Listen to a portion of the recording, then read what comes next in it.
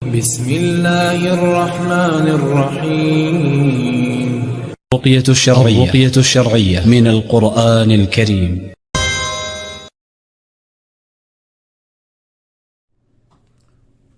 السلام عليكم ورحمة الله وبركاته يا أستاذ. وعليكم السلام ورحمة الله وبركاته. Alhamdulillah. Bon, nous avons quelques questions à vous poser parce que on entend en ville qu'il y a des gens qui soignent les djinns en 5 minutes. Pourtant, vous dites que vous soignez sur un mois, une semaine, 2 semaines.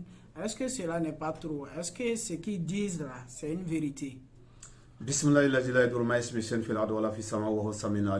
Alors les djinns, soigner les problèmes des djinns, soigner les problèmes de sorcellerie ou de mauvais œil, on parle des soins, on parle des traitements et on parle des guérisons. Mais faire partir un djinn, on n'a pas besoin de 5 minutes. En une seconde, on peut faire partir un djinn. Mais comme d'autres personnes qui disent que le Satan sort de son corps, vous entendez parler de ça. Effectivement, même si je me mets à taper la table comme ça, si ça ne plaît pas au djinn, il s'en va. Si je fume la cigarette, subhanallah, si ça ne plaît pas au djinn, il s'en va. Si je dis des choses, des bêtises, ou bien je tape des choses, je fais des bruits, si ça ne plaît pas au djinn, il s'en va. Ou s'il y a des encens, des fumées bizarres, ça ne plaît pas au djinn, il s'en va. Ça suffit encore 5 minutes, 1 heure du temps, encore le djinn va encore revenir. Donc ça c'est le djinn, c'est pas un problème. Maintenant, une fois, il faut comprendre que Allah nous dit les djinns sont créés de feu. Une fois il rentre dans ton corps, il va te blesser. La partie où le djinn rentre là, il fait des blessures. Ces blessures là, c'est comme si forme de plaies. Ces plaies là, on a besoin de traiter, soigner jusqu'à ce que ça soit refermé. Tant que ça reste une maison, mais maison de djinn, que ce soit le premier djinn, il va venir habiter, que ce soit le deuxième djinn, il va venir habiter. Vous allez trouver aujourd'hui, il y a des vendeurs de médicaments qui vont te dire qu'ils vont guérir les problèmes de djinn en 1 minute. On peut faire partir le djinn en 1 minute, mais il va revenir. Ce n'est pas la guérison. Ces personnes-là disent qu'ils guérissent, mais ce n'est pas la guérison. Les djinns ne se guérissent pas en 1 minute.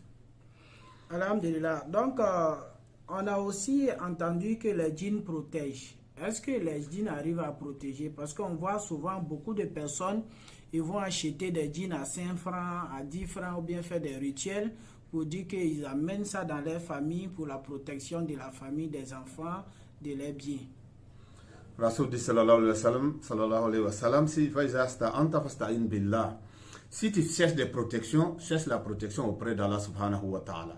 Les djinns sont créés de feu, ils doivent rester dans les mondes pour faire leur vie. C'est comme nous les humains et puis les poissons. Si toi tu quittes ton monde aujourd'hui pour aller vivre dans l'eau, ça va te créer des situations.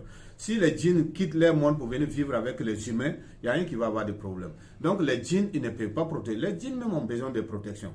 Alors, Rasul par exemple, sallallahu alayhi wa sallam, il dit que si tu sors matin, tu dis Bismillah, Bismillah, Allah t'envoie des anges pour te protéger. Mais si tu envoies des djinns, les djinns arrivent quelque part, il y a une odeur qui les dérange. Bon, ils vont t'abandonner. D'ailleurs, les djinns n'ont pas ce pouvoir de protection. Donc, ne comptez pas sur les djinns pour vous protéger. Ceux qui vous disent ça sont en train de vous blaguer. Ça ne peut pas marcher avec les djinns comme ça. Bon, d'aucuns aussi disent que les djinns là, ils apportent l'argent. Soit ils détiennent de l'or, soit ils peuvent faire que on va avoir beaucoup d'argent. Ou bien ils peuvent venir nous donner des caisses d'argent. Est-ce que cela est possible? C'est des illusions. C'est des illusions. Les djinns n'ont pas d'argent. Les djinns sont plus pauvres que les humains. Les djinns, vous voyez, il y a deux catégories de djinns. Il y a les djinns qui sont bons, les bons djinns, les djinns musulmans. Quand par exemple, Rasoul te dit, la sunna te conseille par exemple, quand tu manges, avant de jeter l'os, il faut dire Bismillah. Alors, les djinns musulmans ont besoin de ça parce que Allah subhanahu wa ta'ala va renouveler la viande sur l'os et les djinns musulmans vont profiter. Maintenant, les djinns qui sont aussi démoniaques, alors quand tu dis Bismillah, ils ne peuvent pas profiter de ces restes que toi tu fais là. Et ils vont profiter de quoi? Souvent quand tu t'en vas dans les toilettes et que tu laisses ce qu'il y a à jeter là-bas, ces djinns mécréants, ces maudits là, ces sataniques là, et ils se nourrissent des caca des gens, ils se nourrissent des poubelles des gens, ils se nourrissent de tout ce qui est saleté. Alors c'est saleté, une personne qui se nourrit de ton reste, une personne qui se nourrit dans ta poubelle, toi tu dis que c'est lui qui va t'apporter de l'or. Il faut réfléchir un peu, toi l'humain, pour comprendre que non, toi, Allah dit, Allah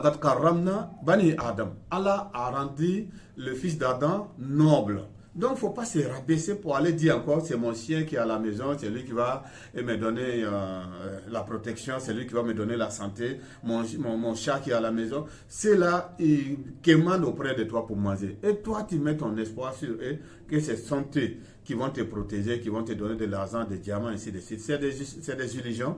Toutes ces choses-là viennent dans la tête de l'homme parce que c'est le shaitan qui te fait des wash-wash pour donner le pouvoir aux djinns, alors que les djinns sont plus pauvres que toi-même. Alors avec tout le respect que j'ai pour les djinns musulmans, parce que quand on est avec Allah, on devient le supérieur à toute autre chose qui n'est pas avec Allah subhanahu wa ta'ala. Parmi les djinns, il y a aussi les djinns musulmans. Alors donc, il ne s'agit pas de vous. Les djinns musulmans sont purs, ils sont aussi comme les humains musulmans. Donc, ce sont nos frères. Mais, vous voyez, quand nous ne parlons pas des djinns musulmans parce qu'il faut comprendre que c'est les djinns mécréants qui sont toujours en train de travailler ou bien fatiguer ou bien rendre fou ou provoquer des accidents. Tout ce qui est mal, ça provient des djinns sataniques qui travaillent avec les diables. Qu'Allah nous protège contre les mal. Amin Arabi. Imam, est-ce que vous pouvez nous donner un conseil? Quelle conduite à tenir face à tous ces propos mensongers que les gens prononcent? Alors, c'est seulement ce que nous avons donné. Si vous avez des problèmes, nous avons déjà donné ce qu'il faut prendre pour se protéger. Alors, il faut faire 3 couls matin et soir. Avant de dormir, il faut réciter peut-être Ayatul Kursi ou bien les 3 couls. Ayatul Kursi, par exemple, seul, quand tu récites une seule fois, ça suffit pour qu'Allah fasse descendre un an spécialement pour venir assurer ta protection. Ça suffit. Donc, si Allah te protège, ça suffit. Donc, nous n'avons pas besoin de demander d'autres protections. Si nous avons des douleurs, par exemple, il faut réciter les versets coraniques pour frotter, réciter dans l'eau, dans la pommade pour masser, ça va partir. C'est aussi simple que ça. Mais si vous pensez que non, un jour, je me rappelle comme ça, j'ai donné de quoi à se prendre en charge comme ça. Dans une grande mosquée, et puis il y a un qui était là, un oustaz là qui est venu me poser la question. Mais est-ce que vous êtes sûr de ce que vous dites là? Vous dites que toute maladie, il y a le médicament de ça. J'ai dit, mais je suis en train de te parler du Coran. Je suis en train de te parler du Coran. Les maladies, Rasoul dit sallallahu alayhi wa sallam, ma nazalallahu bida'i illa anzalallahu dawa. Je suis en train de te parler du Coran. Rasoul dit sallallahu alayhi wa sallam, toute maladie qu'Allah a fait connaître, toutes ces maladies là ont des remèdes.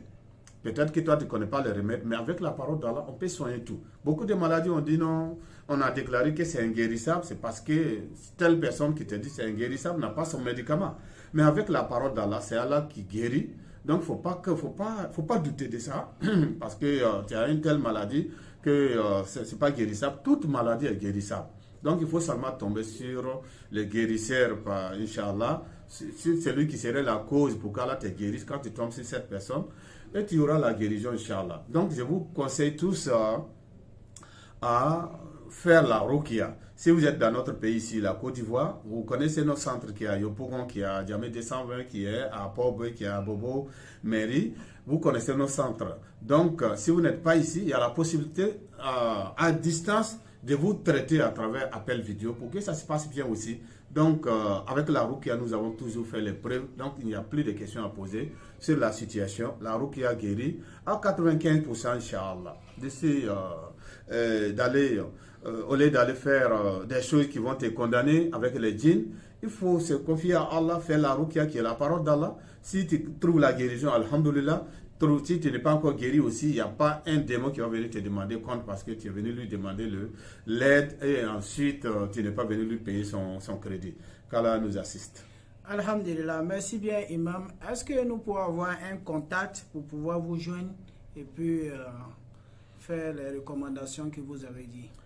Je peux peut-être vous donner 1 ou 2 numéros, sinon les numéros qui passent là, vous pouvez appeler pour les différents centres, mais appelez à notre standard qui est 225 0759 00 10 59. Ça c'est le standard, mais les numéros qui passent là, ce sont nos différents centres et nos représentations partout. Si vous n'êtes pas en Côte d'Ivoire, appelez sur ces numéros-là pour le traitement à distance. Merci beaucoup. Salam alaikum. Wa alaikum salam wa barakatuh.